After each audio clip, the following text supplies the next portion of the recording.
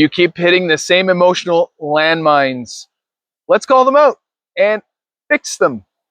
Hi, my name is Jesse, and in this awesome episode, you're going to get more blended family tips, 3 triggers that start fights, and how to diffuse them fast.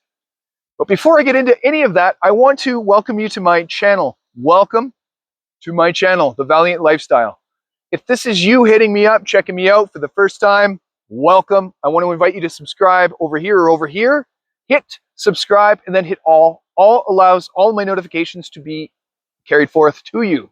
If this is you coming back for the 209th episode, welcome back.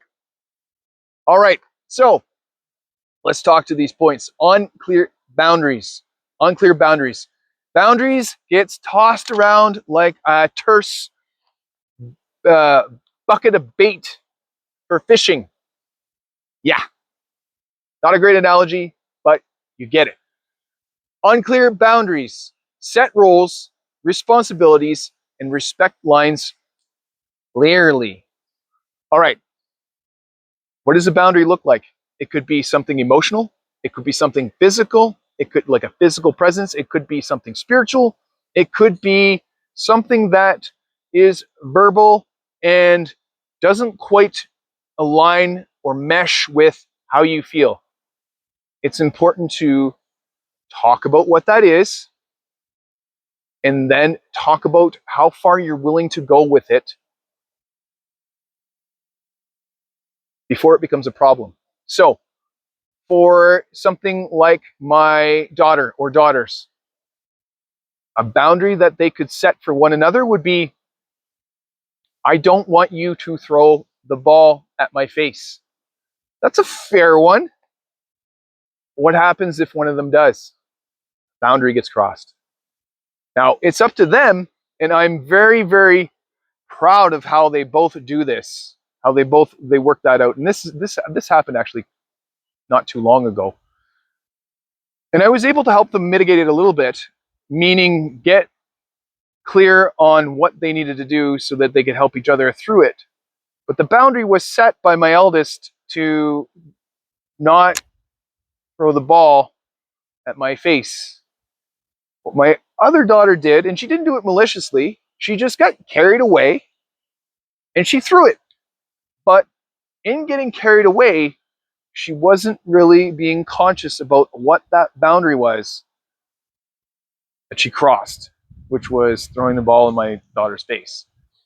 So it's important to be clear, and it's important to hold the other responsible on what that is, and it's also equally as important to follow through with that is. Because weak boundaries, people will walk through you all day. That's a boundary, an example of what your children may wish for one another. Unhealed wounds. This gets into an even deeper conversation that I will have in many more episodes to follow, but what I will talk to this will be the old stuff, and it can come up in new arguments, and don't ignore it. You don't have to have a conversation about this, something like this, in a new argument. You do not have to have a conversation about old stuff in a new argument, is what I'm saying. What do I mean by that? You have an argument, you have a disagreement with your wife. Do not use previous examples in that argument as ammo. Do not use examples of other things that they've done in the past that you've already rectified, that you've already clarified, and bringing them through. And maybe in this conversation, something comes up for you like, I remember not addressing this thing. Do not bring it forth in this conversation. Why? Take it from me, it won't work. Nor will it be understood. And it'll also not represent your argument very well. What does that all mean? Be specific, Jesse. If I were to say to my wife, I don't like the way that you talk to me when you talk to me about organizing the pantry drawer. And then I bring in the old house, you used to bother me whenever I put the peanut butter in a different place and didn't put your baking supplies back up on the upper shelf. And then I think about, wow, 2 years ago, a conversation we had that we resolved, but maybe something new that I forgot to mention, which was, I don't like how you talk to me when we talked about organizing in the past, and I want to bring it and broach it in this conversation. No, it's not going to work. Have that conversation, make note of that.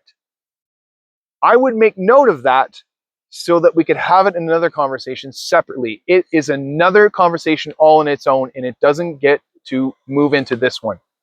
See, these things become complicated and complex, and this is why it's important for us men to be aware of what that is. Number 3, assumed motives. This gets us into so much crap. Ask questions instead of making conclusions. Don't do it in an intimidating way. I'm curious, and what I will do is I will ask questions. And not in a way where I want to provoke, because that will come off as bullying. My man, don't do that. Don't do that. But to understand what the motive is behind something before wrapping your head around a story that you've created, it's important to get clear on what that is. So a story that I created for my wife would have been, for example, and maybe let's go hypothetical on this one. She doesn't mow the lawn. Wow, I don't get any help. She doesn't mow the lawn. Therefore, everything around the house that I do, I feel like she doesn't help me with. And the example that I have is she doesn't mow the lawn. Come on. Do we do this as men? We do. Do our wives do it too? Yes, they do. But here's what you got to keep in mind here. Don't expect anything in return for something like this. What I want you to do is to take care of yourself first here when it comes to this. And I do this too. This conversation that I've never had about my wife, and a story that I've created all on my own, that she doesn't look after anything around the house like I do, is BS. It's my own belief system on how she does this. It's not true. I haven't understood her motives. Maybe she just is really proud of me, that or loves to be served, loves to be helped, and it's a blue job to mow the lawn. That's cool with me. I love doing that. But I don't get to make up a story that is unfulfilling, because what that does is it stresses me out in my body. And not only that, I project that stress onto her later on. Not cool. Not cool for her either. And guess what happens? That will come back to me, because I led how that should be in our relationship, so she will do that to me. Maybe she doesn't, and maybe she's responsible for that, but sometimes that happens. Sometimes that happens, my man. Let's get clear on what that is. All right. Now, I've talked through this thoroughly. But what I want to get to in this is I want you to comment, I diffuse arguments. I diffuse arguments. If you've learned to stop the cycle before it erupts. Yes, you have.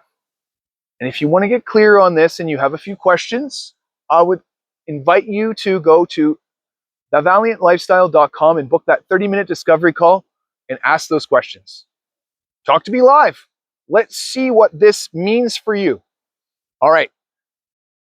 Thank you for watching. Let's do this.